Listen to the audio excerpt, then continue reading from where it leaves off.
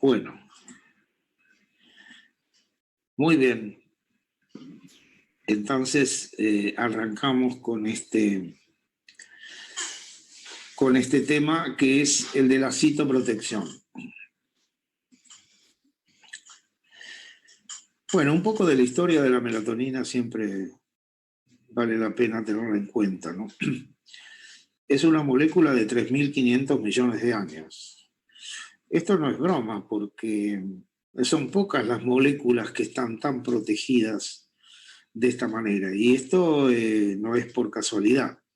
Evidentemente no es por el sueño ni por los ritmos circadianos, porque las algas no duermen ni los microbios tienen ritmos circadianos, sino por su tremenda capacidad citoprotectora, que es lo que uno ve en una situación en la cual desde el desarrollo de los procariotos, que va por el lado de la fotosíntesis o por el lado de la respiración aeróbica, es decir, cuando se incorporan los cloroplastos o las mitocondrias, desde ese momento tenemos un rol antioxidante citoprotector de la melatonina.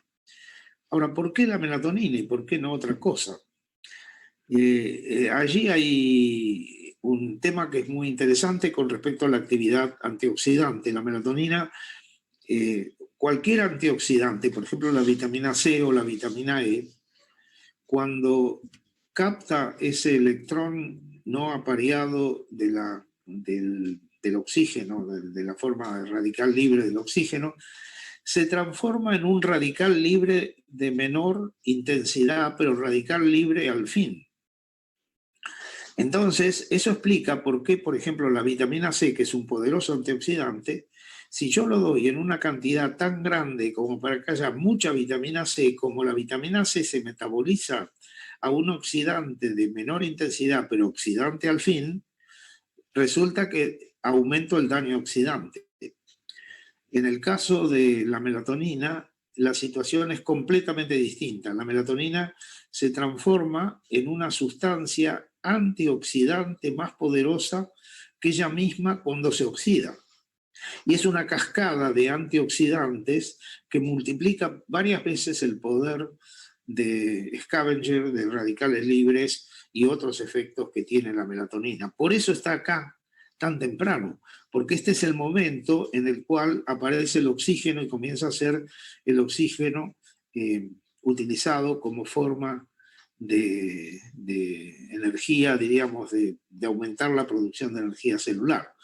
Entonces, recién por esta zona aparecen los ritmos circadianos, inmunidad, etc. Y esto es una interpretación de explicar que no hay sustancia viviente que no tenga melatonina. O sea, las plantas, todas las plantas en mayor cantidad tienen melatonina. El concepto del estrés, que voy a sacar varias veces de acá en adelante, el efecto antiestrés de la melatonina, tiene un correlato en ciencias agrarias del efecto del estrés de las plantas.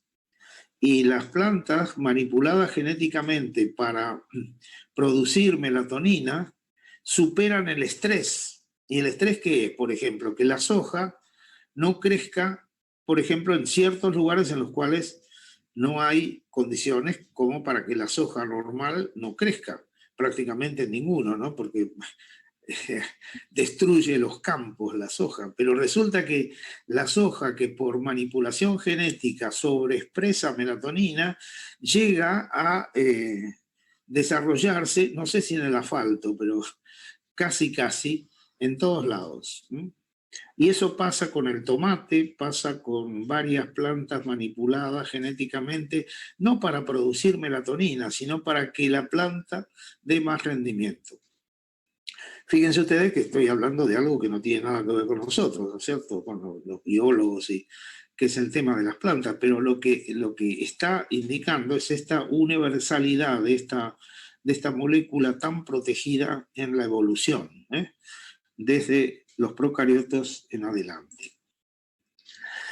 Y estas son todas teorías, pero se supone que lo que antes mencionaba, la célula arcaica pasa a eucariota cuando entra una bacteria que hace simbiosis y se transforma en la mitocondria. Y entonces aparece la célula eucariota. En este momento es cuando aparece la respiración aeróbica y esta molécula tan adecuada para este asunto. La respiración aeróbica, sobre todo en el momento de la luz solar, se hace también muy importante la producción de radicales libres por la luz solar, y la melatonina está presente allí y se destruye. Y claro, en la noche está presente, se destruye en la luz, la evolución no es tonta, en algún momento toma esa diferencia para detectar el día y la noche. Bueno, estas son suposiciones, pero es probable que algo de esto haya pasado. Entonces, la mitocondria, la pineal no es el sitio de nacimiento de la melatonina, es la mitocondria. Es el nacimiento, es el sitio de batalla y el sitio de metabolismo. Hay síntesis de melatonina en la mitocondria de todas las células que tienen mitocondrias. Esa melatonina no es capaz de salir de la mitocondria, eso no sabemos todavía por qué pasa esto. Sabemos que la mitocondria capta melatonina desde afuera, pero la melatonina de adentro no sale. Y la melatonina tiene un aspecto citoprotector fundamental, antiapoptótico, protector del DNA mitocondrial, a través, y antioxidante obviamente, a través de la sirtuina de tipo 3. Esto tenemos la información muy fuerte en este sentido, y por eso uno habla de citoprotector de esta manera, y habla de cronobiótico cuando estamos hablando de la melatonina pineal. Y esto quiere decir que cuando uno dice la melatonina es la hormona pineal, está diciendo parte de la verdad. La melatonina es la hormona pineal, pero se produce varios cientos de veces más melatonina en todo el cuerpo que en la glándula pineal. Y ahí está un poco el secreto de esta cuestión.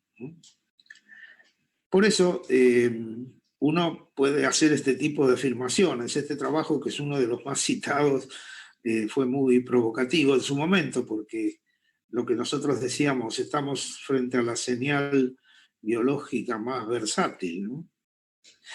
¿Por qué? Porque estos 3.500 millones de años, la melatonina es la misma, la estructura nunca cambió. Es la misma melatonina en un punto y en el otro, ¿no? Y justamente, como la evolución es la que tiene la patente, no la tienen las empresas farmacéuticas, a las empresas farmacéuticas no les ha interesado, salvo la aventura de desarrollar análogos. Y el desarrollo de los análogos va para un lado que a mi criterio es equivocado, porque se lo busca por el lado de los receptores MT1, MT2, y en realidad la melatonina hace mucho más que interaccionar con esos receptores. Entonces es probable que nunca tengamos un análogo, que por otro lado cuesta varios miles de millones de dólares sacarlo, ¿y para quién? ¿A quién se lo van a vender? Vayan a contarle cuando en el año 2003 el Rameltion, Takeda, una fuerte empresa japonesa, produce Rameltion y logra incorporarlo en la FDA en Estados Unidos como el hipnótico fantástico de la melatonina y demás. ¿Qué pasó? La gente, el mercado, está preparado para entender que un hipnótico es algo que lo toca a uno y lo deja dormido, al estilo del Solpidem, por ejemplo, o al estilo de las benzodiazepinas. Entonces, la expectativa del mercado por el Rameltion era algo así. Y el Rameltion lo que hace, es reproducir el efecto de la melatonina en receptores MT1, MT2, aumentar la oscilación circadiana, pero desde el punto de vista del mercado no era la expectativa del mercado como hipnótico. Y fue un fracaso total y todavía sigue siéndolo. O sea, este es un hecho que hay que tenerlo bastante bueno, que es uno de los problemas con el planteo de las patentes, ¿no? Y la realidad es que la melatonina, siendo la bala de plata para muchas patologías crónicas y agudas, y que no le interesa a ninguna empresa farmacéutica, si no intervienen los mecanismos gubernamentales o non-profit de promoción, no tiene ninguna promoción posible, que es lo que está pasando con el COVID en este momento. Y después voy a tocar un poco ese tema. Entonces, la melatonina mitocondrial es capaz de ser un scavenger de radicales libres, protector del DNA mitocondrial, protector de la cadena de oxidación intermedia, antiapoptótico, bloquea la salida de señales como el citocromo C, que promueve la apoptosis, y es un estabilizante de la permeabilidad mitocondrial. Es un efecto, en realidad la mitocondria, insisto, sitio de origen y sitio de batalla de la melatonina. La sirtuina 3 es la señal fundamental, esta de acetilasa, que juega un papel importante, porque yo al inhibir la sirtuina 3 inhibo el efecto de la melatonina en la mitocondria, y tiene mucho que ver con todas las acciones que estamos aquí mencionando. A diferencia de la sirtuina 1, sirtuina 2, sobre todo sirtuina 1, que es citoplasmática, sobre la cual la melatonina actúa, pero con una dualidad que es muy interesante. La melatonina es antiapoptótica en la célula normal, pero tan pronto la célula se transforma en cancerosa, la melatonina es proapoptótica. Y esto pasa en muchos fenómenos biológicos. Por ejemplo, la reacción inmune, la melatonina, cuando hay una inmunodepresión, por ejemplo en el cáncer, la melatonina aumenta la actividad inmunológica, pero cuando hay una inmunoexpansión, por ejemplo en una inflamación intensa, la melatonina es un muy poderoso antiinflamatorio. En el fondo es como un buffer, ¿no? Es un buffer inmunológico, es un buffer mitocondrial en este sentido, o sea que mantiene las cosas dentro del rango razonable, es más o menos eso. Castiga cuando tiene que castigar o premia cuando tiene que premiar. Pero lo más interesante a mi criterio de estos últimos meses ha sido la caracterización de este tema, que es el llamado efecto Barbour. Barbour fue premio Nobel de Fisiología allí por el año 30 y describió en las células cancerosas una forma particular de metabolismo de la glucosa que lleva a la acumulación de lactato y a la glucólisis aeróbica versus la célula normal, que lo que hace es el piruvato entra a la mitocondria y empieza el ciclo de Krebs, etcétera, la fosforilación oxidativa y demás.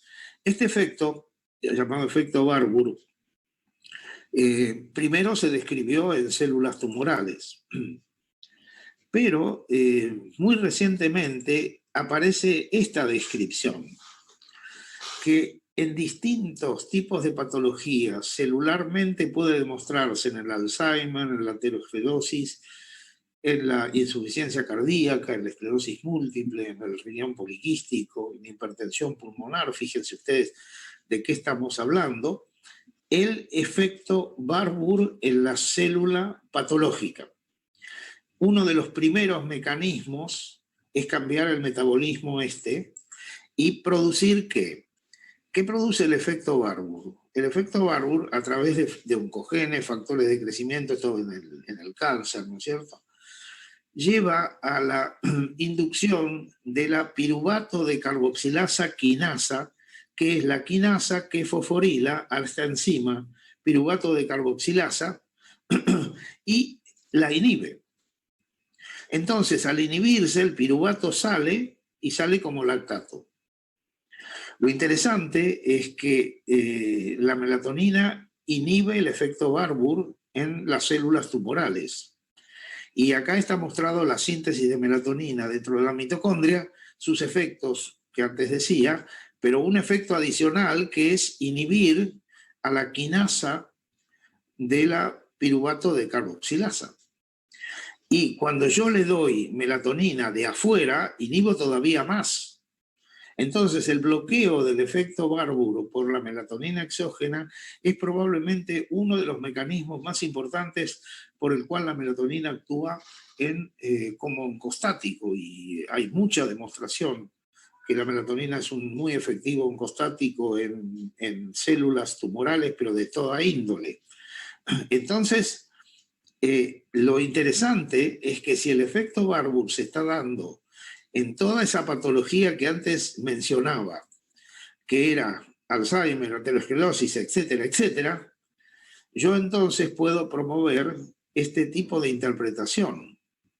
La célula sana tiene un mecanismo por el cual el piruvato, a través de la decarboxilación del piruvato, se produce acetil-CoA y entra en el ciclo tricarboxílico del ciclo de Krebs.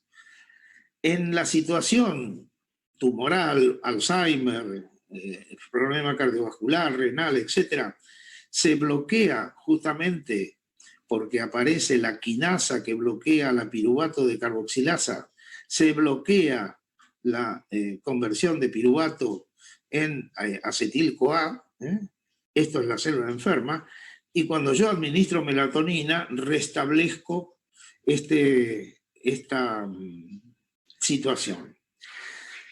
Esto, si es así, puede ser muy interesante porque puede indicar, por ejemplo, que uno tiene durante el día y la noche distintos tipos de metabolismo condicionados precisamente por la presencia o no de melatonina a nivel celular.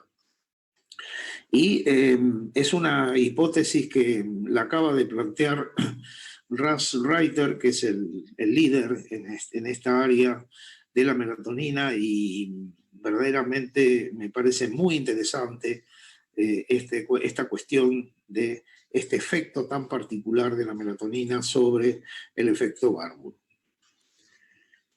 Cuando uno tiene menor melatonina en el envejecimiento, tiene la cronodisrupción, la alteración inmune, hay menor células TH1, menor células T regulatorias y más células TH17, y esto es lo que le da la propensión a las enfermedades autoinmunes, y esto es lo que le da la propensión a las enfermedades oncológicas.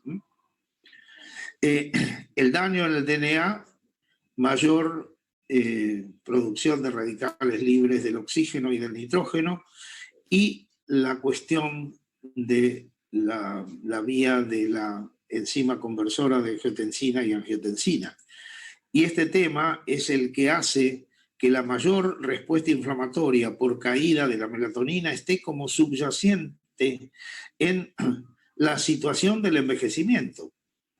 Por eso es que yo tengo que mirar al envejecimiento no solo por la comorbilidad o la morbilidad que esté viendo, sino porque el envejecimiento en sí mismo implica una inflamación subclínica y por lo tanto debo controlar, si quiero tener un envejecimiento exitoso.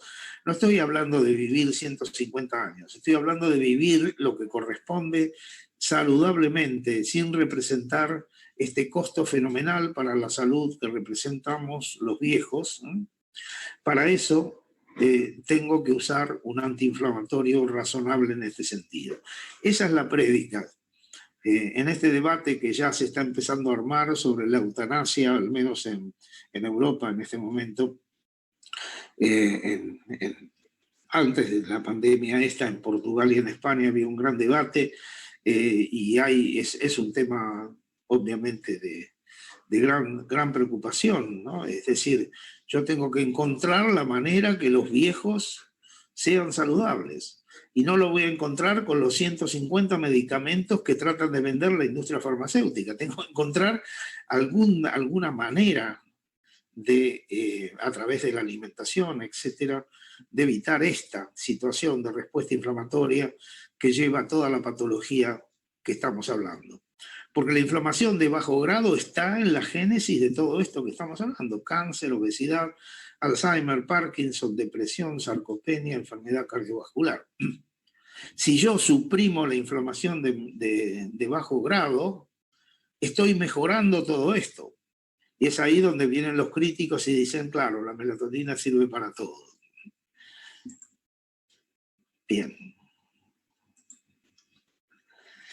En la insuficiencia cardíaca, por ejemplo, la hipotrofia o muerte de las células musculares se acompaña de aumento de citoquinas, quimioquinas, eicosanoides, leucotrienos, y obviamente se desencadena la inflamación y la resolución de la inflamación.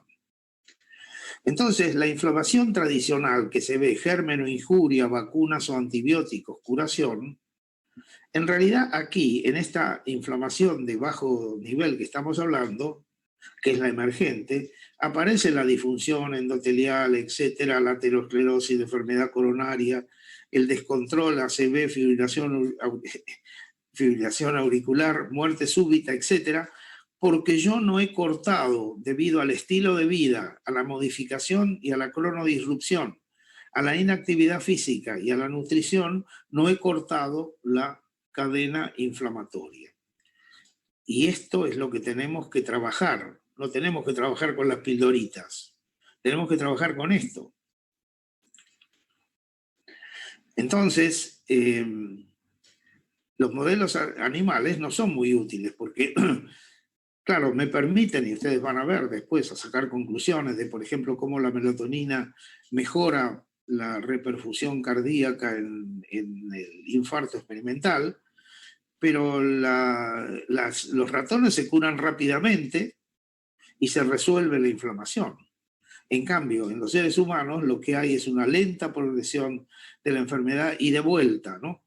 Por inflamación no resuelta, obesidad, cronodisrupción, falta de ejercicio, estrés, envejecimiento, y el uso de antiinflamatorios no esteroideos, que por tanto tiempo se los consideró beneficiosos y resulta que ahora se está prestando atención a que es más perjudicial que beneficioso. La melatonina actúa allí. Entonces, los mecanismos de la acción antiinflamatoria de la melatonina son múltiples.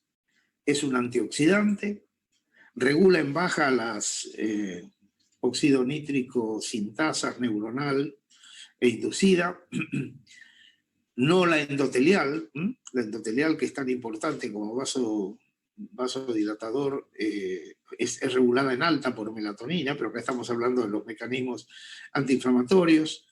Inhibe la ciclooxigenasa 2, inhibe señalizaciones tipo inflamasoma, el factor de transcripción en FKB beta, aumenta este factor, el factor 2 nuclear relacionado con eritroides, que es un antioxidante importante, y el tema de la inhibición de la enzima conversora de angiotensina 1 y estimulación de la enzima conversora de angiotensina 2, que ahora, sobre todo a partir del COVID, ha cobrado mucha importancia. ¿Por qué? Porque este sistema renina-angiotensina, nosotros lo hemos estudiado siempre como la cascada que controla la presión arterial, etc.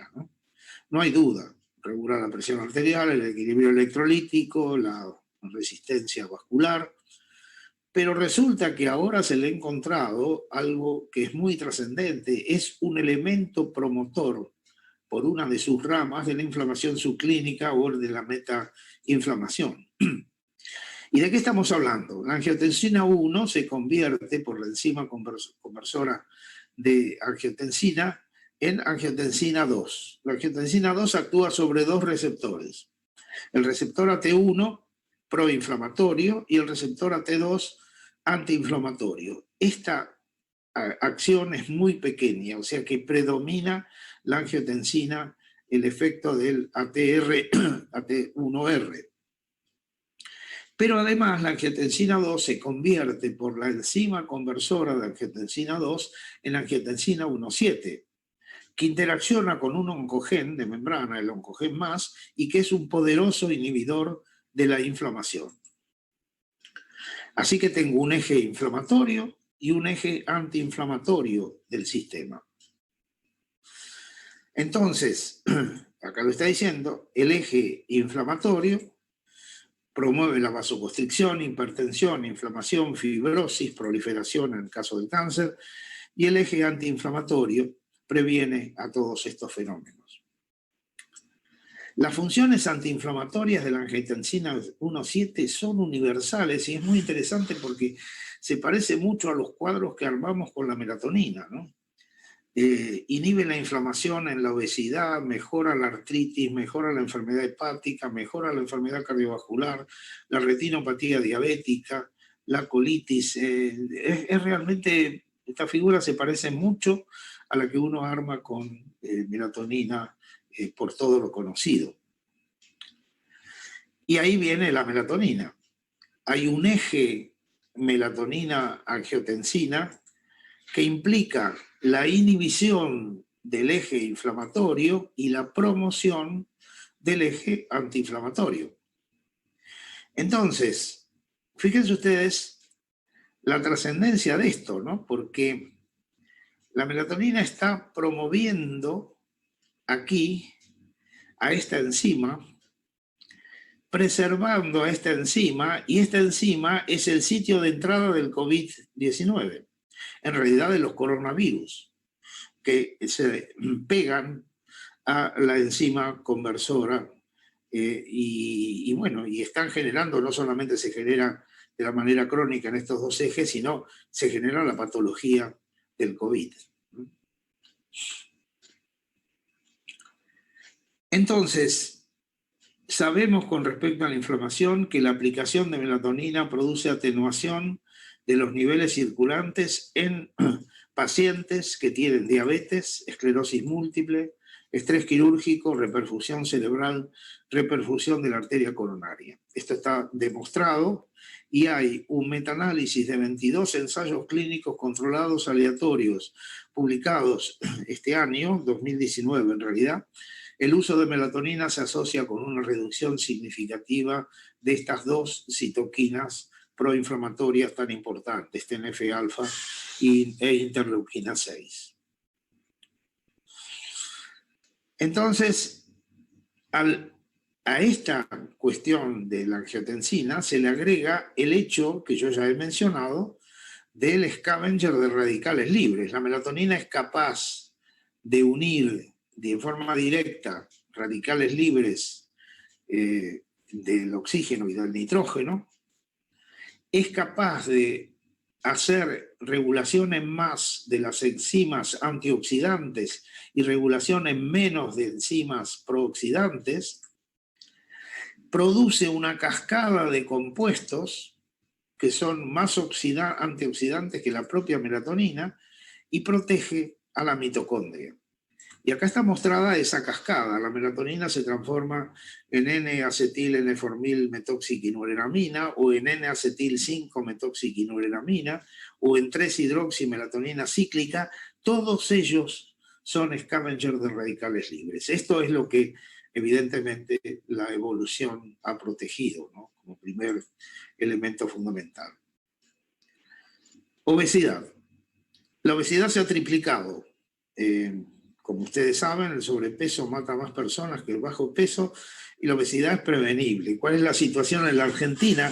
6 de cada 10 adultos presentan exceso de peso. Y cuando uno analiza qué es lo que pasa en el tejido adiposo obeso, el aumento de citoquinas proinflamatorias, de macrófagos de tipo M1 proinflamatorios, eso lleva a la disfunción endotelial, lleva en una fase inicial a más insulina, en una fase final a menos insulina, lleva a inflamación, lleva obviamente a la ingesta exagerada y al cuadro llamado síndrome metabólico que implica fenómenos como la diabetes de tipo 2, enfermedad cardiovascular, diabetes de tipo 3, el síndrome del ovario poliquístico, que es una parte del síndrome metabólico, el hígado graso no alcohólico en estas condiciones. Bueno, la melatonina a través de su efecto mitocondrial tiene mucho que ver en esto. Y acá quiero introducir, a ver, ¿cuál fue el arma que nosotros no lo desarrollamos? Nosotros inventamos esto, pero buscamos este recurso para entender qué pasaba en los animales y proyectar al hombre, a las dosis utilizadas en el hombre. Ante la carencia de estudios clínicos con melatonina, tuvimos que ir a este recurso. Y este recurso se llama alometría, que en realidad define el estudio del tamaño y de las consecuencias y se aplica a propiedades cuyas proporciones cambian en función del tamaño, y esto es diferente de la isometría, cuya relación con el tamaño permanece constante. Por ejemplo, cuando yo expreso por kilogramo de peso una comparación, estoy considerando que en el rango entre un kilogramo y 100 kilogramos tengo siempre la misma proporción isométrica. Y en cambio, la alometría lo que tiene en cuenta es la diferencia de tamaño. Y se usa y se ha usado comúnmente para determinar las dosis de los ensayos clínicos de fase 1 de fármacos en humanos. Entonces, ¿cómo funciona esto? El área de la superficie corporal, no el peso corporal, se correlaciona con varios parámetros de la biología, como ustedes ven allí. Entonces, simplemente lo que nosotros empezamos a aplicar es esto, es la conversión de la dosis en animales para llegar a la dosis equivalente humana. Obviamente, si tenemos la dosis en animales en miligramos por kilogramo, ¿a qué equivale esta dosis en miligramos por kilogramo? A la dosis de un adulto de 75-80 kilos en miligramos por kilogramo. Eso es lo que hemos hecho, no simplemente un calculito nada más. Y hicimos algunos experimentos, porque no fue solamente trabajar con la computadora. Hicimos algunos experimentos. Ya años atrás, el doctor Castanino en nuestro laboratorio hizo un experimento que a mi criterio, bueno, fue uno de los primeros en el mundo que se hizo allí.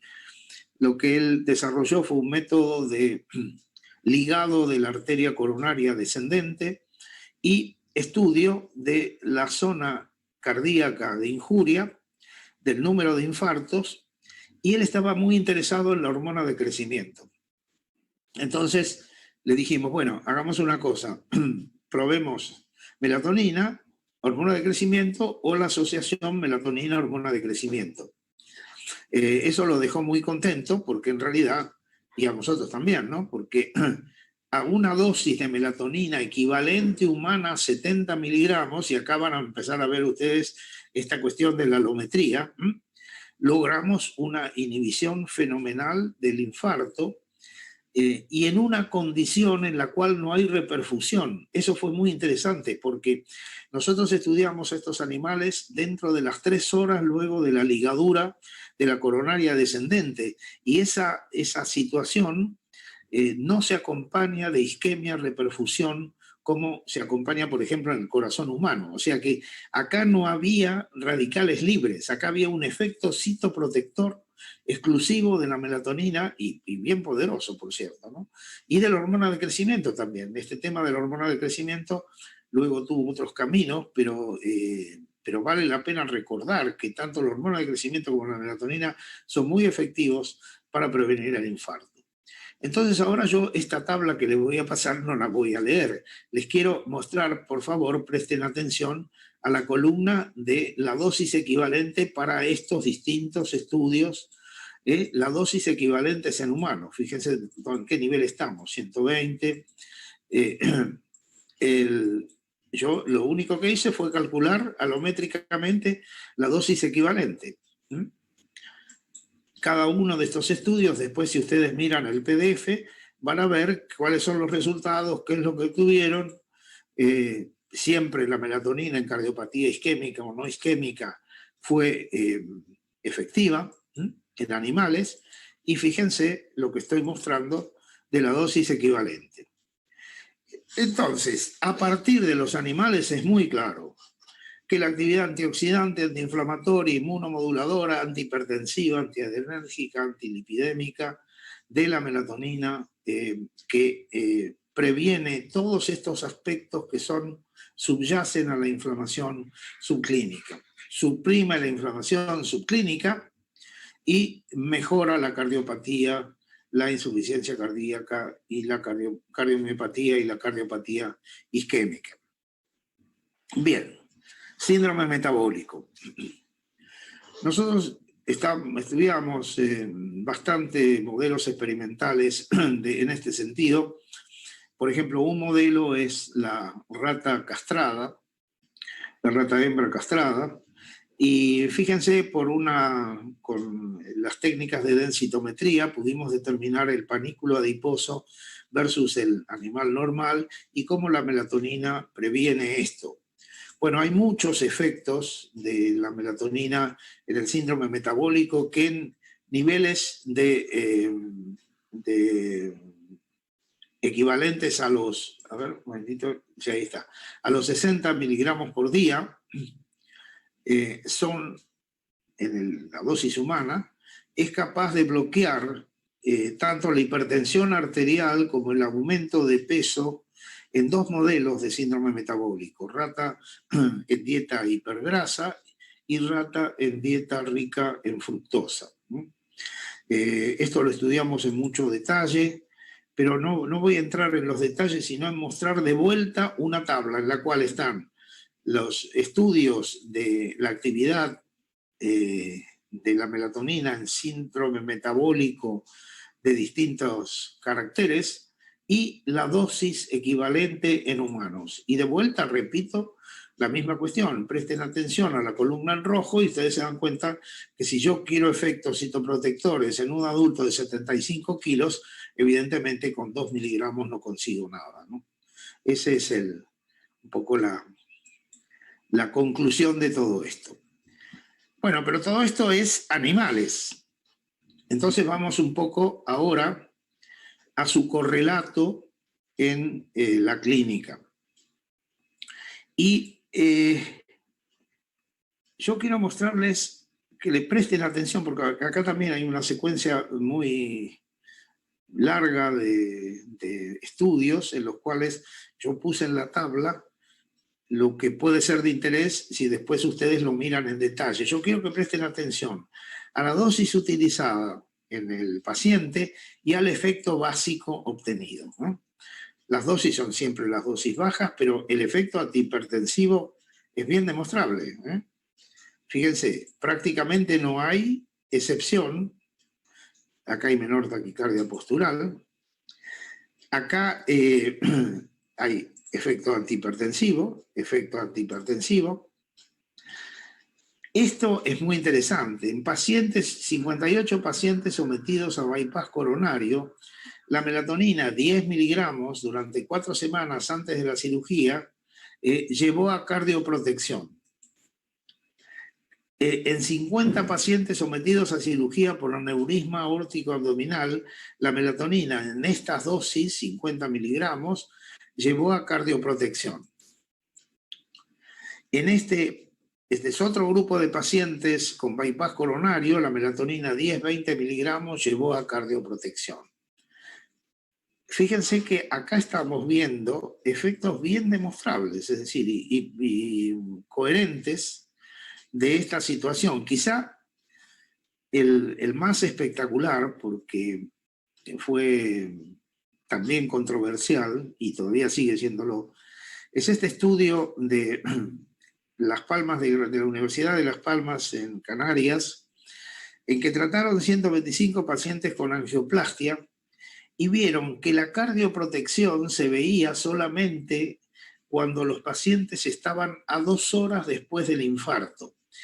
Y fue muy interesante porque lo que pasó con estos investigadores es que su primer trabajo, en el cual estaban todos juntos, no daba diferencias significativas, pero cuando hicieron una segmentación después de haber publicado ese primer trabajo, y lo que buscaron fue el percentil que corresponde a las 2 horas hasta 2 horas posteriores al infarto, reducen un 42% el tamaño del infarto.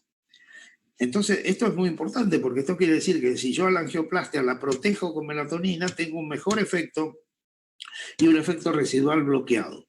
Pero, oh sorpresa, claro, cuando después ellos habían mezclado la población completa y no les daba efecto. ¿Y por qué no les daba efecto? Porque cuando analizaron el tercer tercil de pacientes de 294 más 41 minutos luego del infarto, encontraron un aumento del tamaño del infarto.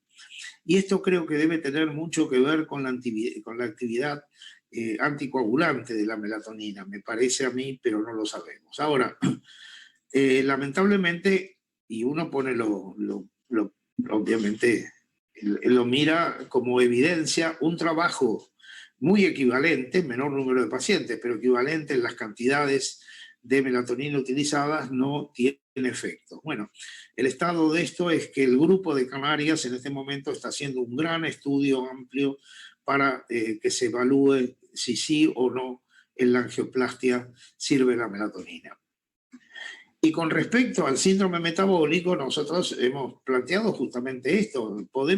Tenemos muchísimos estudios en animales, pero tenemos muy pocos estudios en seres humanos. Y en este trabajo justamente lo que planteábamos con Hardelan era eso, ¿no?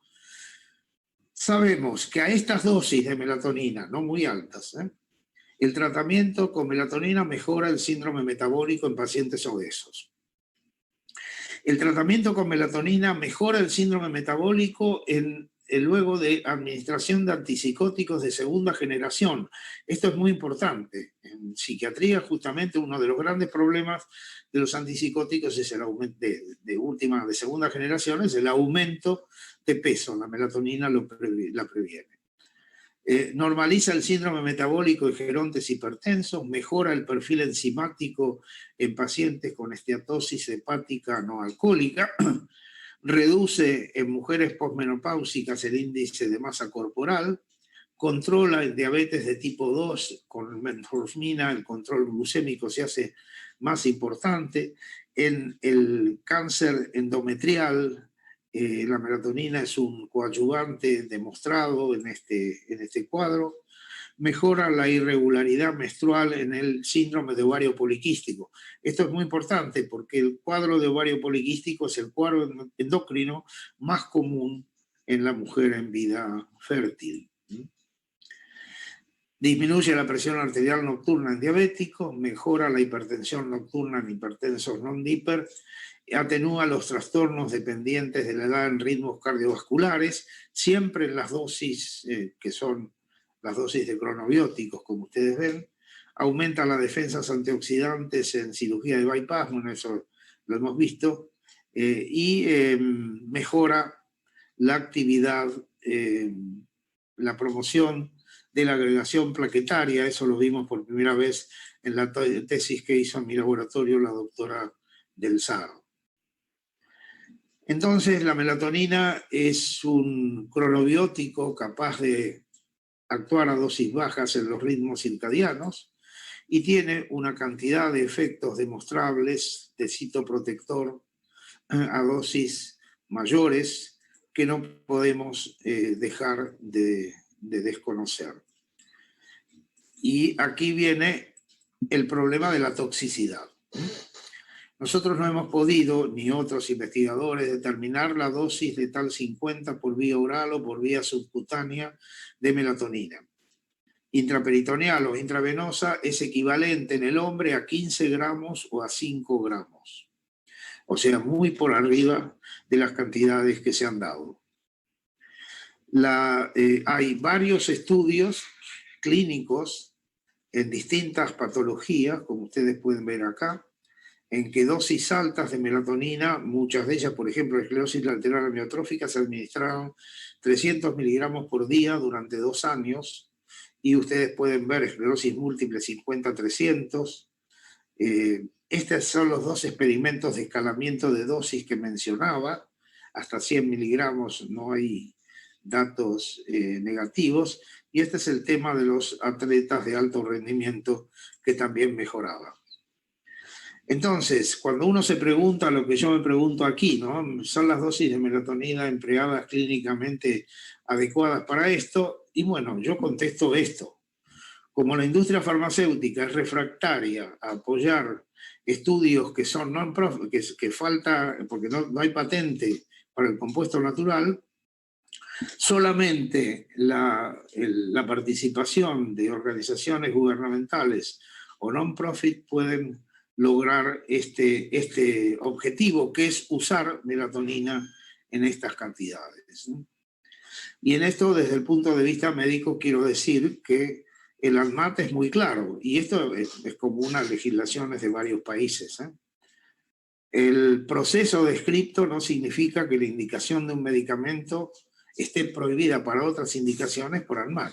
Fíjense, en el caso de la melatonina, la prescripción off-label es de un compuesto de venta libre que está en el mercado y simplemente lo que se pide es aumentar la dosis. O sea que ni siquiera estamos hablando de un fármaco, sino de un fármaco en beta bajo receta, sino un compuesto que la misma agencia reguladora considera de venta libre. Y lo que me parece más importante es esta frase de este comunicado del ANMAT: las indicaciones fuera de prospecto son de exclusiva responsabilidad del médico tratante, quien las realiza en pleno ejercicio de su actividad profesional, basándose en su experiencia y en el conocimiento científico disponible. Ojo, dice médico tratante y farmacéutico participante, debiera decir, ¿eh? Porque hay una ley de farmacia, al menos en la Argentina, que justamente habla de la responsabilidad tanto del médico como del farmacéutico cuando se prescribe fuera de prospecto. Y esto también es un dato importante a tener en cuenta. Obviamente yo no puedo hacer un experimento con estas cantidades de melatonina, porque para hacer un experimento tengo que tener autorización del ANMAT para su utilización en esto. Pero nadie me puede prohibir a mí, bajo mi responsabilidad y con un farmacéutico que piense de la misma manera, prescribir un compuesto que para mí es de una relevancia extraordinaria y como van a ver enseguida en el tema del COVID más que nunca. Bueno, 17:01, estamos respetando los tiempos. Este es un librito que les recomiendo si tienen ganas de reírse un rato. Es un poco recapitular estos 50 años con la piedra de la locura, ¿no? La historia de la melatonina es bastante fascinante y yo lo cuento esto, el libro se puede bajar en este sitio de internet y yo lo cuento esto desde el punto de vista de lo que viví, lo que he vivido desde mi primer trabajo con la melatonina fue en el año 68, así que está en poco tiempo va a cumplir medio siglo, así que ya ha cumplido medio siglo. En fin. Bueno, hasta aquí llegué. Muy bien. ¿Cómo avanzamos, Cecilia? Estamos absolutamente bien de tiempo. Hay muchísimas preguntas, muchísimas curiosidades. Temo abusar del doctor Cardinali, que está exhausto. Andrea. Cecilia, hacer que las preguntas sean al final de la última charla, porque si no, no vamos a llegar. Lo sé. No sé si el doctor Cardinali quiere seguir o quiere descansar un poco. No, ningún problema. Mire, voy a tratar de terminar más rápido la última, de tal forma que dejamos para el final. ¿Hasta cuándo tenés el Zoom, Ortiz? No hay problema. 6:30. Hasta dentro de 48 horas, doctor. Ah, bueno, seguimos, no hay problema. Me hubieras avisado. No hay problema con el horario. No hay problema. Si no hay problema, no hay problema. A ver, espérate un cachito que... Doctor Cardinali, ¿cuánto toma usted de melatonina por día?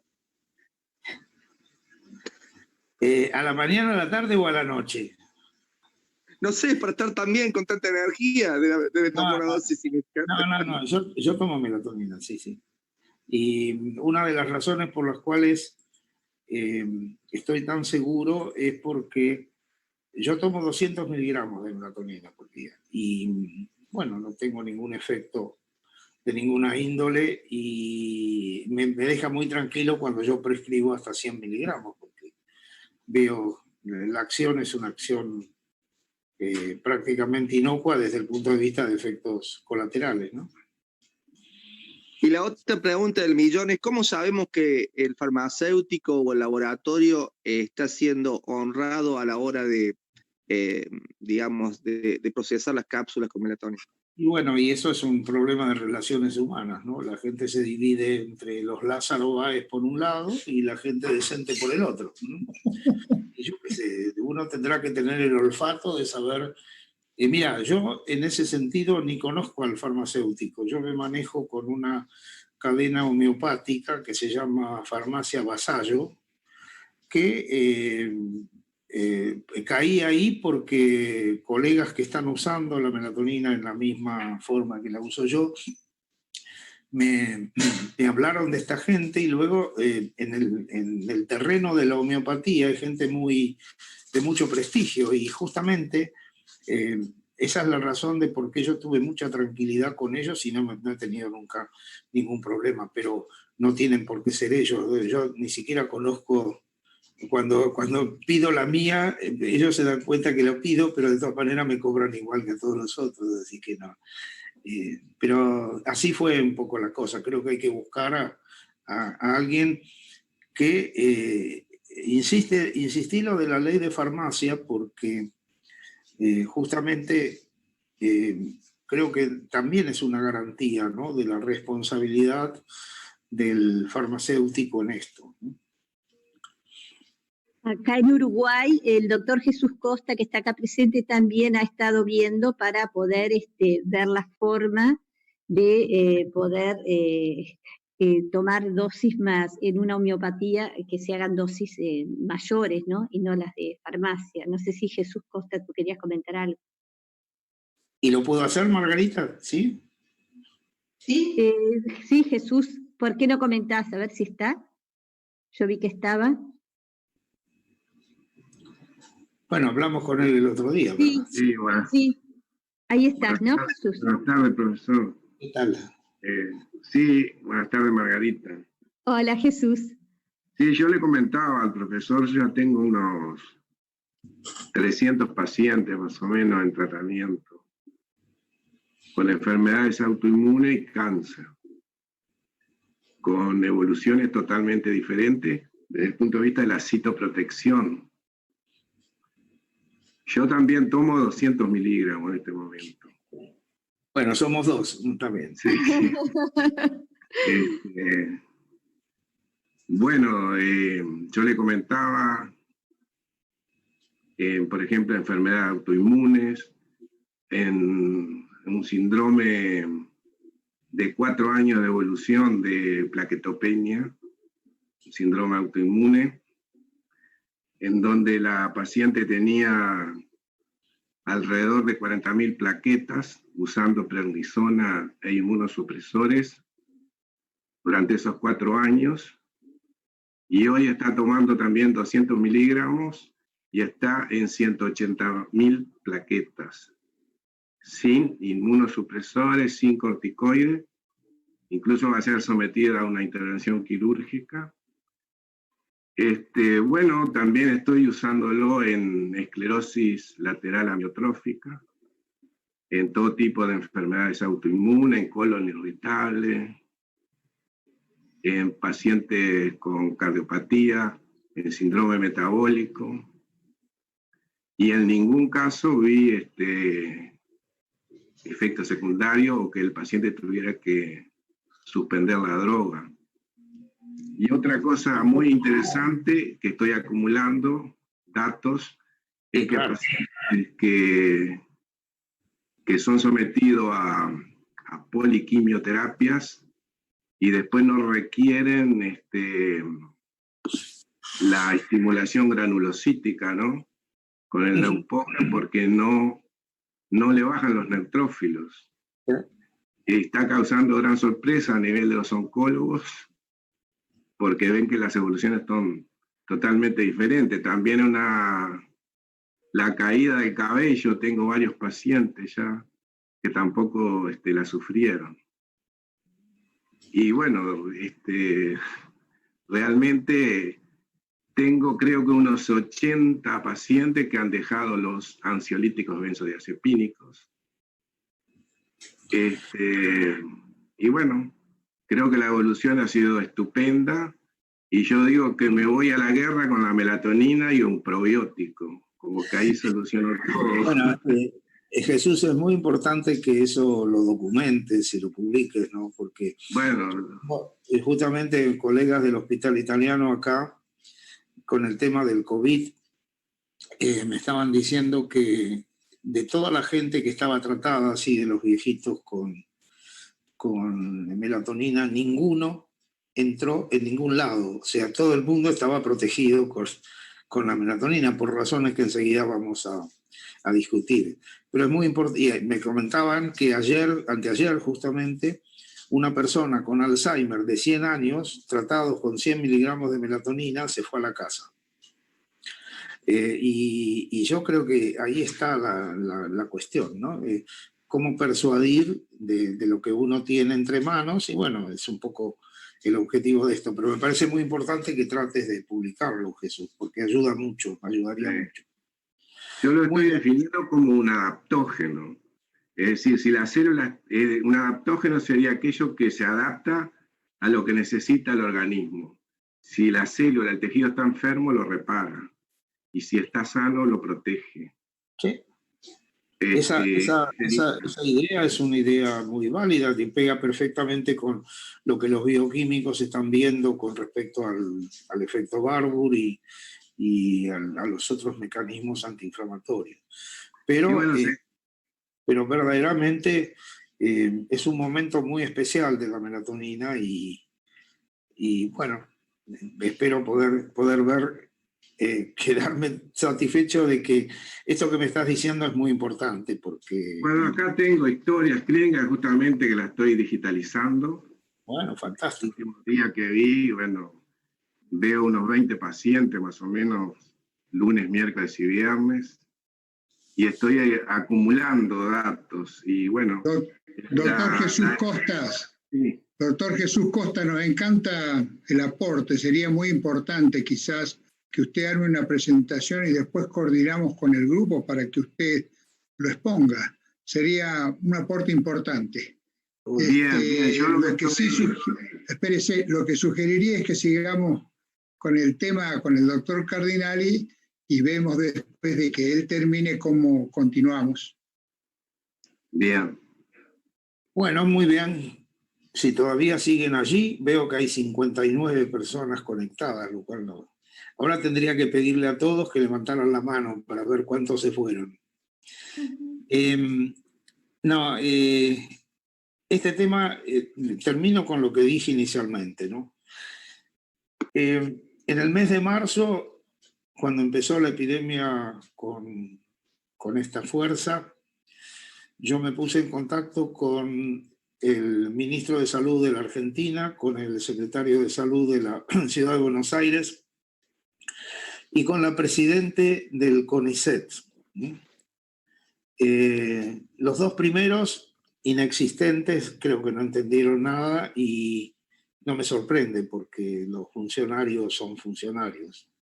La presidenta del CONICET creo que cometió, a mi criterio, una atrocidad porque ella tiene 4 trabajos publicados con melatonina, en la cual propone que la melatonina es un excelente protector del parto prematuro, otra cosa, la infección, el momento del parto y de la uveitis.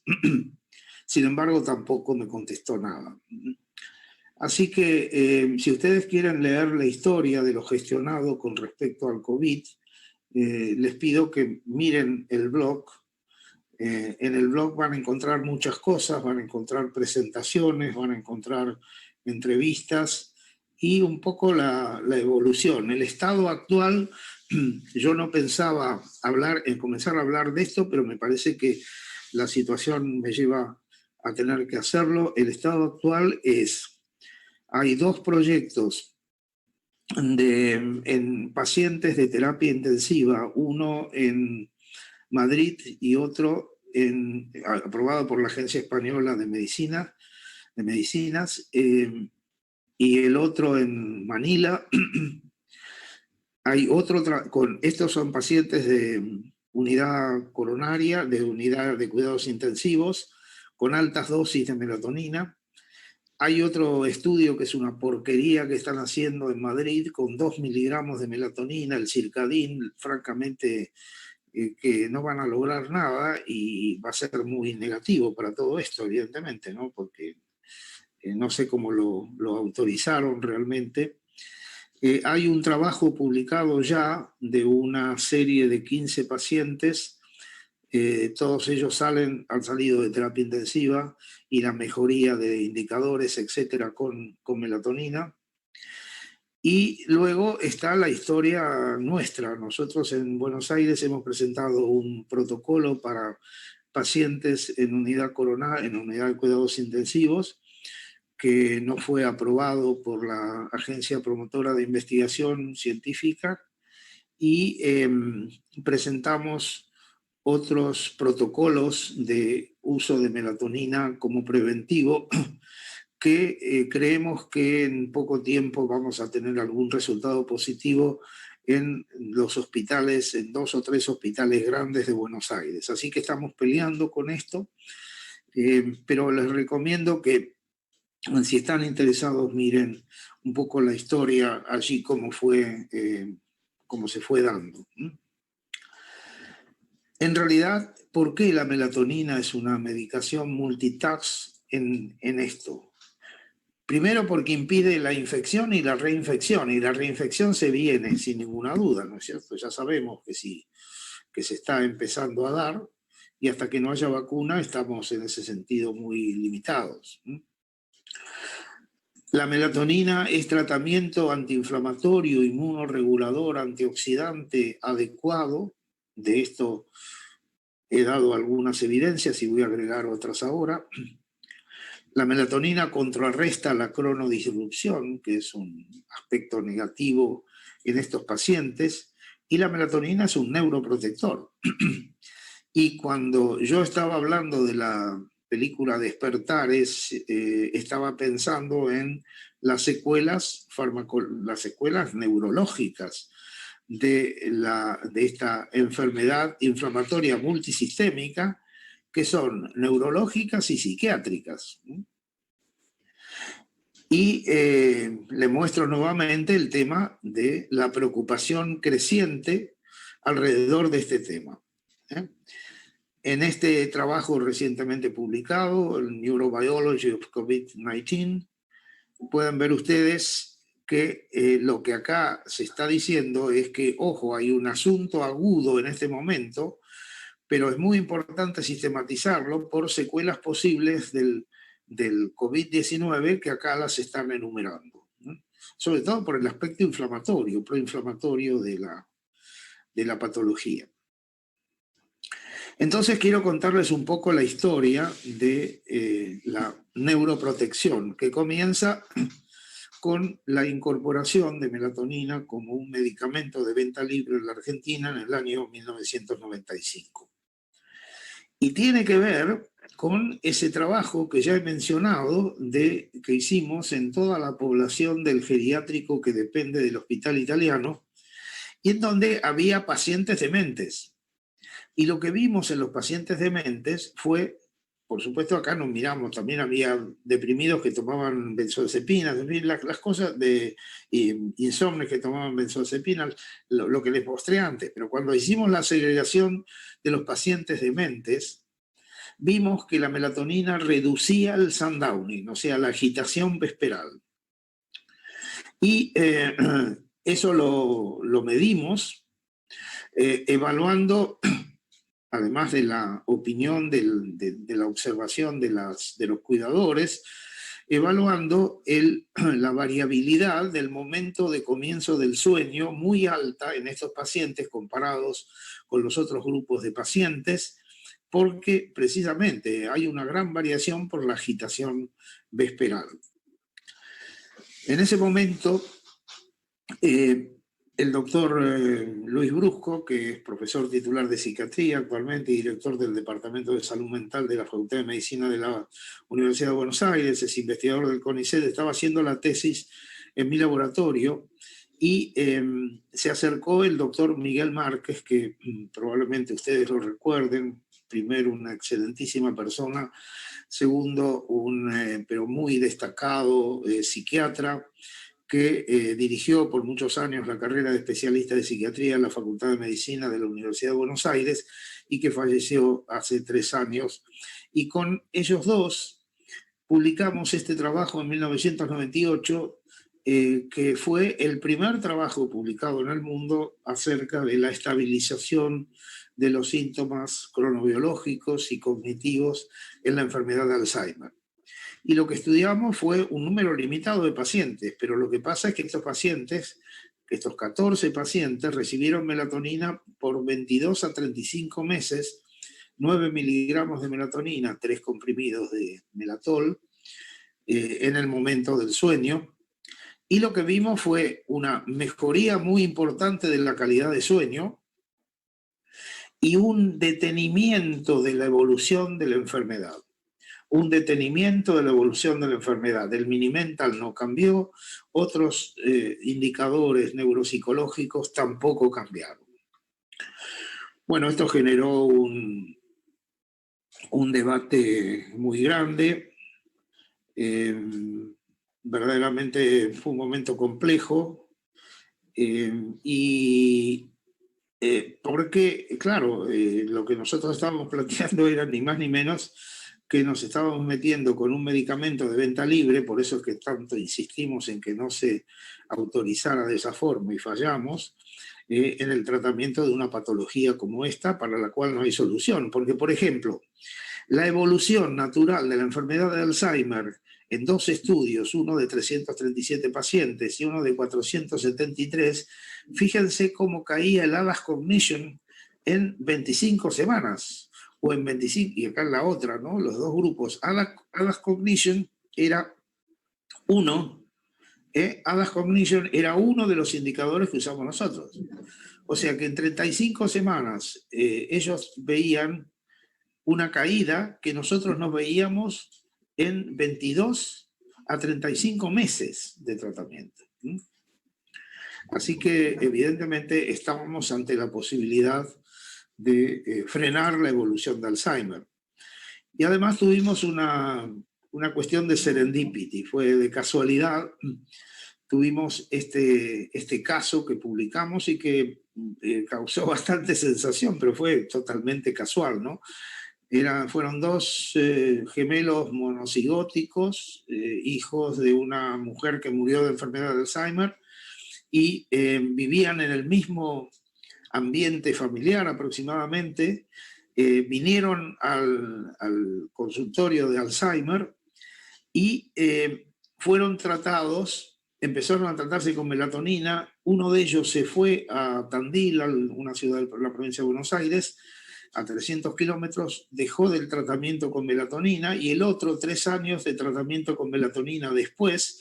Teníamos a un paciente que había abandonado la melatonina y el otro paciente que había sido tratado durante 3 años con melatonina.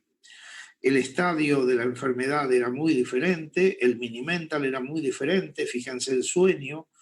Este individuo caminaba, hablaba, en cambio este otro estaba ya en una situación de absoluta imposibilidad de comunicación, reflejos primitivos, etc. Y cuando hicimos la resonancia nuclear magnética funcional,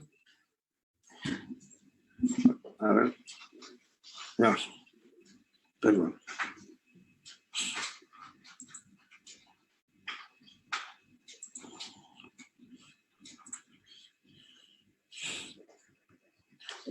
Cuando hicimos la resonancia nuclear magnética funcional, perdón, la resonancia nuclear magnética no funcional, sino la simple resonancia nuclear, fíjense ustedes, este paciente es el paciente que recibió melatonina. Miren el hipocampo versus el hermano gemelo y fíjense el tamaño de los ventrículos cerebrales. Esto despertó un cierto interés, y hubo estudios, algunos abiertos, otros cerrados. Casi todos indicaron mejoría de la calidad de sueño, pero el problema era la mejoría cognitiva. Y 8 estudios demostraron mejoría cognitiva. En cambio, 2 estudios indicaron efectos de sueño y falta de efectos cognitivos. Y nosotros nos dimos cuenta que acá estábamos muy tarde en en poder recuperar a este paciente en el momento en el cual tiene la enfermedad, que teníamos que irnos a un momento inicial, y ahí fue donde comenzamos a estudiar el deterioro cognitivo mínimo. Este cuadro es un cuadro complejo que probablemente involucra mucha patología diferente, pero que tiene un hecho que es bien distintivo. 10 a 15% de los pacientes se transforman en enfermos de Alzheimer en el año que sigue. Bueno, hay ya 9 estudios doble ciego placebo controlados con SN que indican aumento de la calidad de sueño y del desempeño cognitivo por melatonina, y hay 2 estudios retrospectivos, que son los nuestros, que indican lo mismo, calidad de sueño aumentada y aumento del desempeño cognitivo. Nuestros estudios, por ejemplo, que acá están, implican esta dosis de melatonina. Ustedes dirán, ¿por qué es dosis tan baja? Porque nosotros no queremos interferir con lo que el psiquiatra está dando, ¿no? Es decir, nuestro planteo es, nos ponemos al lado del psiquiatra y le decimos, ¿por qué no le das melatonina? Ya ahora cada vez más se están dando cada vez más altas dosis, pero en aquel momento, permitieron que se le diera, por ejemplo, 3 miligramos, pero el hecho es que lo seguimos durante 15, 60 meses de tratamiento. Tuvimos una mejoría demostrable en el Mini-Mental, una mejoría demostrable en el ADAS Cognition, una mejoría demostrable en el MATIS, y por otro lado tuvimos también una mejoría muy demostrable en el BEC, fíjense ustedes, y en la mejoría del ritmo sueño-vigilia. Yo recuerdo más de una vez cuando he presentado estos trabajos, siempre aparece alguien que me dice, bueno, usted tendría que descartar que no es la depresión lo que produce esto, y tendría que tener enfermos que tienen un BEC normal. Yo me pregunto, ¿quién conoce un enfermo que empieza a perder la memoria y que no está deprimido, ¿no? Es decir, es una pregunta que, bueno, en fin. Este es un tema muy interesante, y fíjense este trabajo publicado recién, en el Medical Science Monitoring, en el 2020. ¿Esto qué es? Es un estudio doble ciego placebo controlado, donde se estudió por resonancia nuclear magnética de la lámina quirúrgica el volumen hipocámpico, y los pacientes recibieron melatonina 10 miligramos por día durante 6 meses. La melatonina, fíjense ustedes, la diferencia significativa de volumen en favor de la melatonina versus los pacientes placebo, en el cual se estaba desarrollando la lesión hipocámpica. Fíjense, la proteína tau y la proteína tau fosforilada se reduce significativamente, y además se reduce significativamente, aumenta significativamente el Mini-Mental. Es decir, yo creo que esto, de una manera bastante clara, estamos ante algo que es la llave para prevenir la neurodegeneración. Y acá es donde fallamos. Esto es lo que recién mostraba, el deterioro cognitivo mínimo, y evidentemente lo que tenemos que estar es en este momento previniendo el desarrollo de esta patología tan devastadora. Y de vuelta con la alometría, yo quiero mostrarles a ustedes los resultados animales que hay de experimentos animales de modelos de Alzheimer, que son distintos modelos. Por ejemplo, un modelo fue uno bastante, diríamos, abarcativo, por no decirlo bruto, fue el que hicimos en nuestro laboratorio de inyectar en el supraquiasmático por estereotaxia el péptido de beta-amiloide tóxico. Y lo que vimos en animales que recibían melatonina en una dosis equivalente a 40 miligramos por día, lo que vimos es una reducción muy importante de la variabilidad del tiempo inicial, o sea, el equivalente del sundowning, y vimos también una modificación en la fase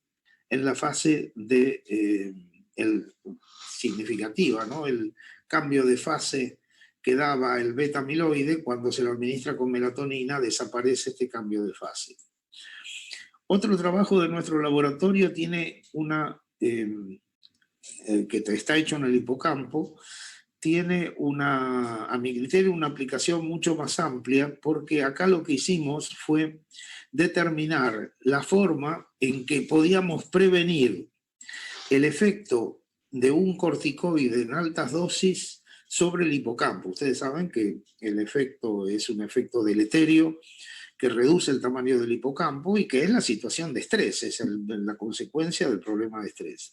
Lo que hicimos fue administrar a un grupo de ratas el equivalente de 40 miligramos por día de dosis equivalente humana y analizamos morfométricamente el hipocampo, y con dexametasona la zona apoptótica que se ve acá desaparece totalmente cuando se da melatonina en forma oral, como antes decía, 40 miligramos por día. Y fíjense, acá está medido el porcentaje de células anormales en el hipocampo, cómo la dexametasona produce este efecto, cómo este efecto es inhibido por la melatonina, y bueno, la melatonina en sí mismo, el vehículo, no tiene un efecto. Esta es la razón por la cual cuando uno ve, y sobre todo a colegas jóvenes que están casi fundidos por la práctica profesional, y más en esta situación de pandemia, etcétera, uno tiene que proteger el hipocampo de esos individuos que están en la primera línea administrando melatonina. Ese es uno de los motivos fundamentales que me mueven a mí, ¿no? Es decir, cómo proteger al personal de salud en esta condición. Bueno, pasemos a modelos más sofisticados. Estos son ratones transgénicos que expresan o la proteína tau, o el beta-amiloide, o la presenilina, o las tres juntas, en fin. ¿Y cuánto de melatonina hay que dar? Hay por lo menos 20 y pico de experimentos hechos en este sentido. ¿Cuánto de melatonina equivalente hay que darles, el equivalente de dosis, para que desaparezca el efecto tóxico de estos compuestos?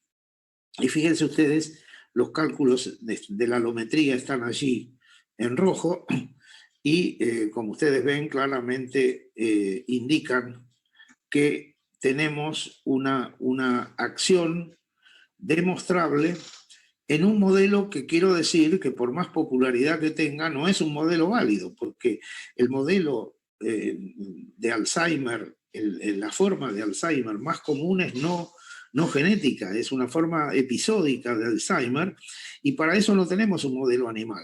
Lo que tenemos, estos modelos son modelos de la forma genética del Alzheimer, pero sea como fuere, está indicando la manera en la cual la lesión no se expresa cuando está la melatonina presente.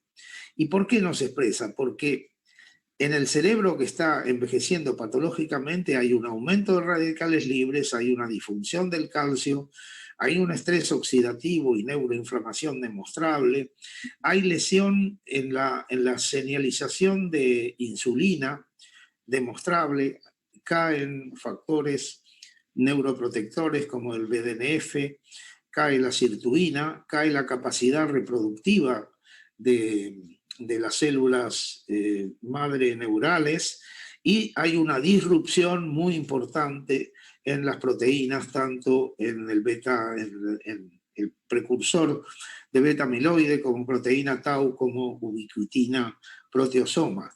Y la melatonina tiene un efecto de reversión bien demostrable.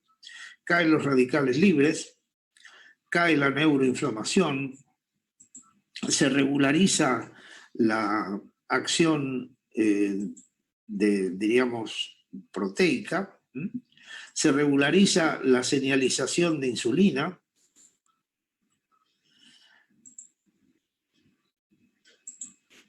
se reduce la autofagia, aumenta la sirtuina, aumenta el BDNF y aumenta la capacidad de autorrenovación de las células. Esto es un poco el resumen de cómo se ve hoy esta situación tan particular. Bien, y hay algo que quiero destacar, que antes hablaba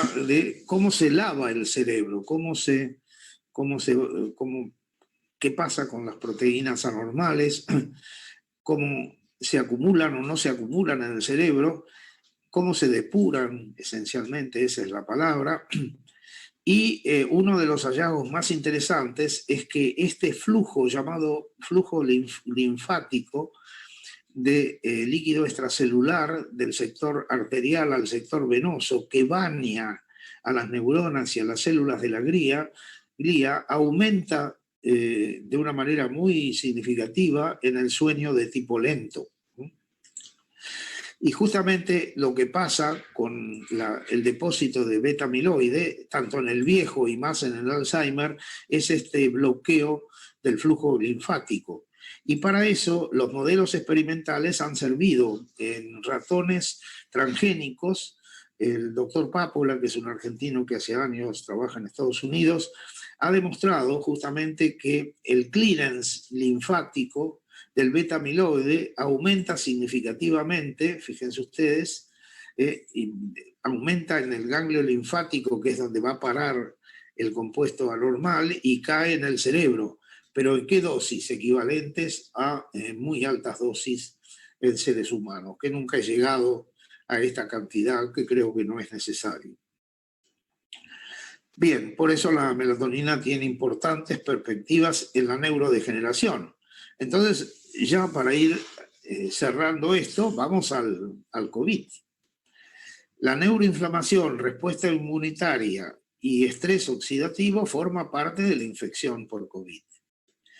En el sistema nervioso central hay una reducción del gusto y el olfato, ustedes saben, esto es un signo, coagulación intravascular y trombosis de vasos pequeños y vasos grandes, trombosis venosa cerebral, daño por citoquinas de la barrera hematoencefálica, meningitis por daño de arterias meningias y formación de autoanticuerpos y daño de nervios craneales. Esto está documentado en pacientes con COVID y lesiones cerebrales. Y lo que también es preocupante, porque ya he escuchado que probablemente sea, no sé qué me está diciendo acá. Bien, lo que me están escuchado que ha sido relevante en este momento en pacientes que están saliendo de la terapia intensiva es el impacto neuromuscular, donde se piensa que hay una miositis importante por este mecanismo trombótico, pero además se está pensando que hay anticuerpos de tipo Guillain-Barré en enfermedad neural como secuela de esta infección por COVID. Bien, la melatonina, y acá es donde nosotros estamos proponiendo esto, la melatonina en base a su seguridad debería usarse en dosis de 100 a 300 miligramos para poder bloquear esta potencialidad. ¿Y por qué?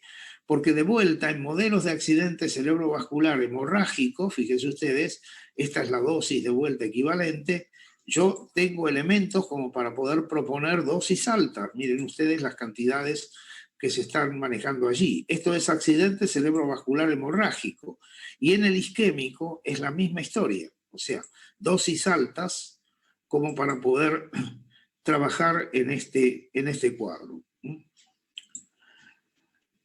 Entonces, y fíjense este estudio, porque este es uno de los pocos estudios hechos en seres humanos. ¿Este qué es? Es un estudio en el cual un grupo de pacientes toman 6 miligramos por día de melatonina oral por 3 días antes de la cirugía. Esta cirugía es una cirugía arterial carotidia y siguen por 3 días después. Y se toman muestras de sangre para medir citoquinas y una serie de compuestos indicativos del daño oxidativo. Y comparados con el placebo, la melatonina disminuye la expresión de NF-kappa-beta, TNF-alfa, interleuquina 6, la proteína S100-beta, que es un indicador de patología de la glía, y aumenta una serie de señales antioxidantes en estos pacientes. Y los autores sugieren que la melatonina seguramente mejora la isquemia, reperfusión después de la cirugía carotidia. Entonces, tenemos una eficacia alta de la melatonina en el episodio isquémico, importante en la evolución de controlar cuando el accidente cerebrovascular evoluciona y probablemente muy dudoso cuando ya está la lesión establecida. Esto fue más o menos lo que vimos en el Alzheimer. Por ejemplo, la barrera hematoencefálica envejecida mejora de manera significativa con melatonina. Esto se ha visto en varios estudios de colegas mexicanos. Y la melatonina es capaz de, en la hemorragia subaracnoidea, de suprimir la hiperactivación simpática, tener su efecto antioxidante, antiinflamatorio, antiapoptótico, mejorar la función mitocondrial y llevar a la mejoría de la autorregulación cerebral. Entonces, termino con el mismo diapositivo que empecé. Nosotros creemos que la melatonina es un elemento muy importante en la infección por COVID, ya lo he dicho varias veces. Creemos que todo esto lo hace auténticamente la bala de plata, pero no creemos que la melatonina tenga este futuro de tener que estar tomado en cápsulas, sino que debiera estar incorporado a la dieta. Y este es el siguiente paso que debiera concretarse. Así como tenemos nutrientes que tienen agregados, diríamos, por ejemplo, yogur, por ejemplo, agregado con omega 3, ese tipo de cuestiones puede ser una estrategia. Otra estrategia puede ser aumentar por modificación genética la expresión de melatonina en plantas. Pero la nutracéutica seguro que está en el futuro.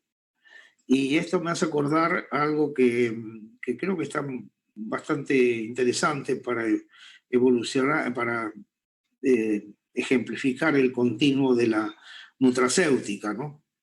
2000 a.C., para curarte, cómete esta raíz. 1000 a.C., esa raíz es pagana, para curarte, reza esta oración. En el 1850 esta oración es superstición, para curarte bebe esta poción. Y a ver, ¿qué es esto?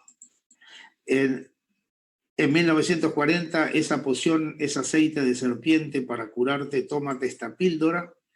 En 1980 esta píldora es ineficaz, para curarte toma este antibiótico.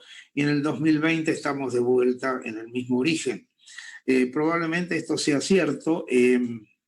Yo creo que ese es el camino. El camino va a ser tener una posibilidad de poder aportar este compuesto en los momentos de la vida que aseguran que la eficacia de todo esto que estamos viendo sea concretada.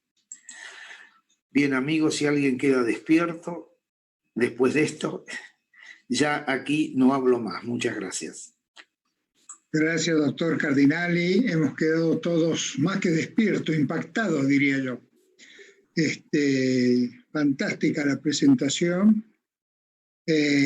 Muy importante la resistencia suya para brindarnos todos estos conceptos ininterrumpidamente por casi 4 horas. Y más allá de que sé que va a contestar algunas preguntas ahora, quería acercarle nuestro agradecimiento con su participación. Realmente creo que es muy importante en estas épocas encontrar que esta falta de certidumbre, esta incertidumbre que tenemos puede convertirse en un foco de certidumbre con algunas cosas que tenemos, que contamos y que hemos aprendido hoy día. Gracias, doctor. No, por favor, así. Cecilia, ¿dirigís algunas preguntas? No sé si hay muchísimas preguntas. El doctor puede estar viendo que están agradeciéndole muchísimo por su excelente disertación. Me gustaría, si todavía están Andrea, López Mato, Margarita, Julieta, que son nuestras invitadas extranjeras, nos comentarán algo.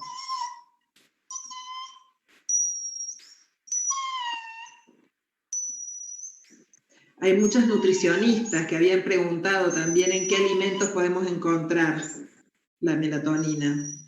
Creo que me desilencié, ¿me escuchás? Ahora sí, Andrea, sí. Lo único que puse fue sublime en la mitad de la charla, porque me parece increíble, lo escucho 2 o 3 veces al año a Daniel. Siempre aprendo. Y además tengo una ventaja, lo conozco desde la universidad. Él es un poco mayor que yo, antes que nadie diga nada. Pero de todas maneras lo admiro desde muchísimo antes que ustedes. Y lo que yo sé de cronobiología me empezó a impactar por lo que aprendí de él. Y cada vez aprendo más. Por ejemplo, de cardiopatías nunca me interesó nada. Sin embargo, ahora dije, Andrea, te tenés que poner al día con este tema. O sea que en realidad me obligás cada vez más a estudiar. Te admiro un montón y lo sabés, Daniel. Sé además que tu vida no fue fácil, o sea que es un resiliente en la vida y sin embargo nos sigue enseñando a todos. Muchísimas gracias. Gracias a vos, Andrea. Yo solamente agradecer a Daniel, no tengo nada para aportar porque realmente la sabiduría en todo este tema es totalmente de Daniel, quien nos ha hecho conscientes de la importancia del sueño, de su impacto en la salud, en el sistema inmunológico y en los distintos sistemas. Así que yo, al igual que Andrea, aprendo enormemente desde hace muchísimos años que lo escucho a Daniel. Trato nunca de perderme ninguna de sus exposiciones porque uno siempre sigue aprendiendo, siempre se actualiza, tiene cosas nuevas. Así que mil gracias, Daniel. No, por favor, es un gusto. Bueno, si me permiten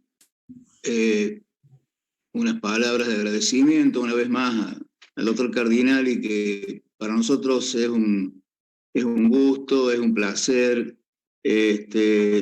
Además, es tan importante contar con su permanente concurrencia, su permanente colaboración, con tanta generosidad.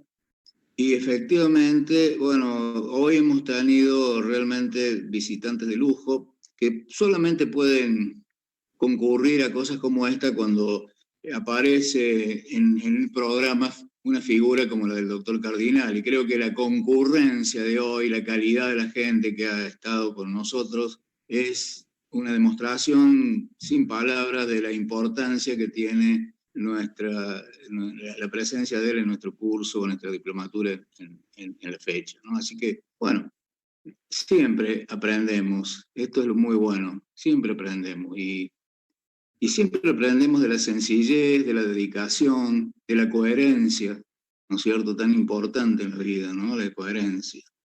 Y bueno, las palabras de Andrea, las palabras de Margarita, las palabras de Marcela Henados de Colombia, en fin, todo esto nos llena de satisfacción y además tanto a todo el equipo nuestro de acá, pienso que nos estimula mucho a continuar haciendo todos estos esfuerzos, ¿no es cierto?, porque vale la pena realmente. Así que bueno, Daniel Cardinali, muchísimas gracias. No, es un placer, Pablo. Bueno, yo quisiera decir algo, si me permite. Muy importantes sus aportes y sobre todo para lo que usted decía con respecto a los jóvenes que están en formación o que están en la práctica, que usted hablaba ahora, para protegerles, hacer esa citoprotección y proteger esos hipocampos. Me parece que es una labor muy importante desde el punto de vista de formación y educación y es clave, porque estamos trasladando lo que es la ciencia para el bienestar de la comunidad. Saltamos de ciencia a lo social. Me parece muy valioso todo su trabajo, doctor. Muchísimas gracias, estamos maravillados.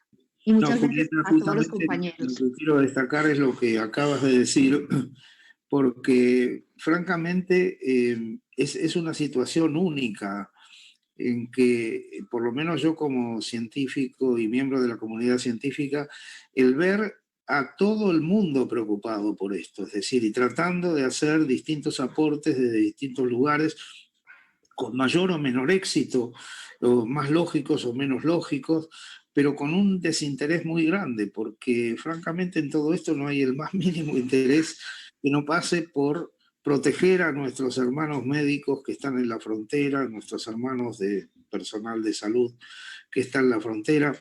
Yo siempre he comentado que a mí, cuando me tocaba en la Facultad de Medicina hablar a los graduados en el discurso de la jura, yo tomaba sistemáticamente el aspecto del juramento hipocrático del médico como hermano del médico, ¿no?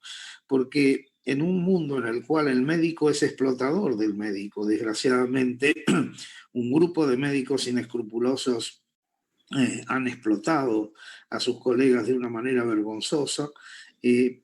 Creo que esa cuestión médico, hermano del médico, nos mueve a muchos en esto, y a mí me parece muy interesante lo que está pasando, y creo que bueno, que tarde o temprano tendremos una respuesta a todo esto. Muchas gracias por todos los comentarios y elogios. Realmente es un gusto haber estado acá.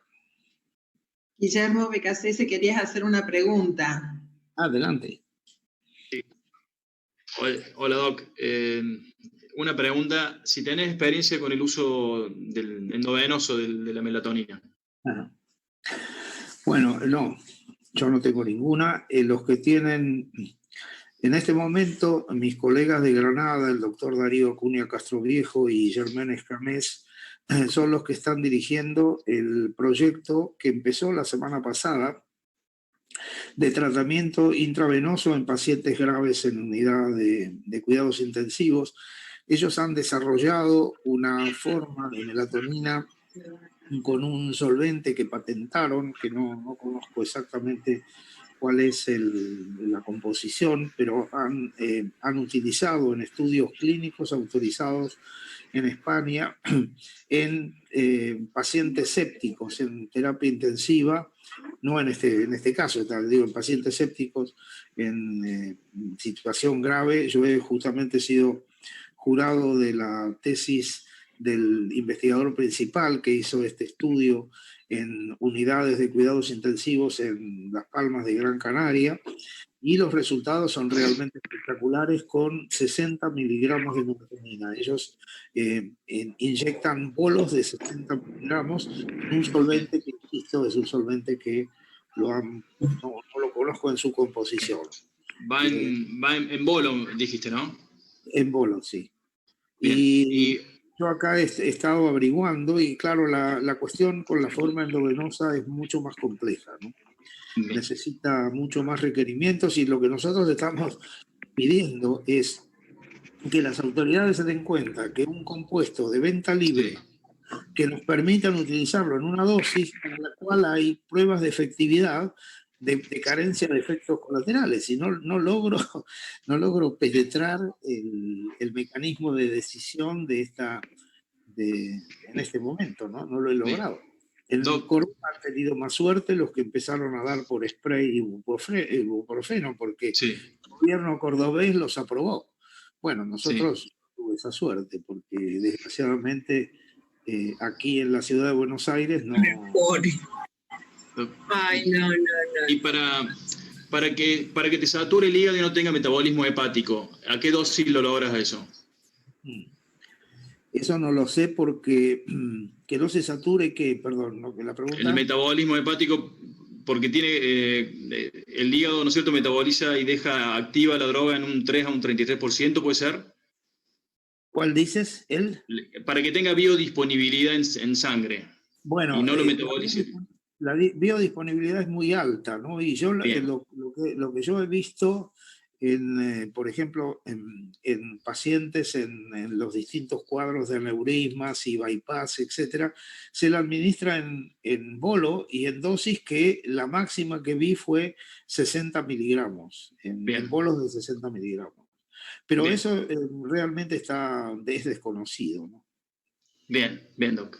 Me gustaría que todos habiliten el micrófono para poder dejarlo descansar al doctor ya, si no hay muchas más preguntas, y darle un cálido aplauso y que le pueda llegar todo el afecto que le tenemos y el agradecimiento por este día. Así que pongan todos los aplausos y podamos en este momento ya agradecerle todos. Muchísimas gracias, doctor.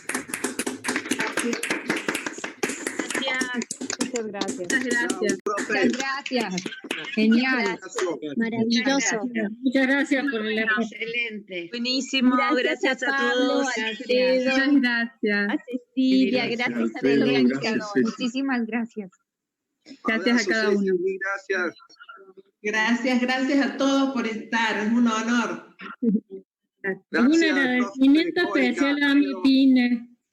Un agradecimiento especial a MEPINE por el esfuerzo de convocar tanta gente y más en este momento.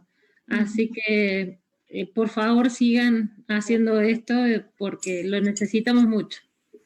Gracias, Orie, gracias por tu función que me has asistido y a los doctores Cólica y Arcelán, que son los mentores de estas reuniones.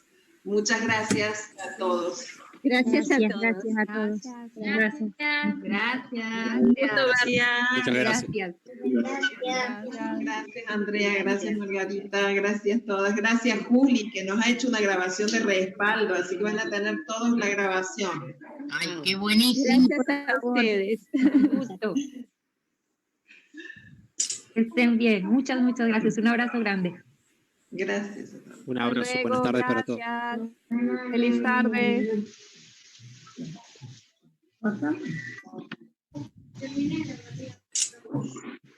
Bueno.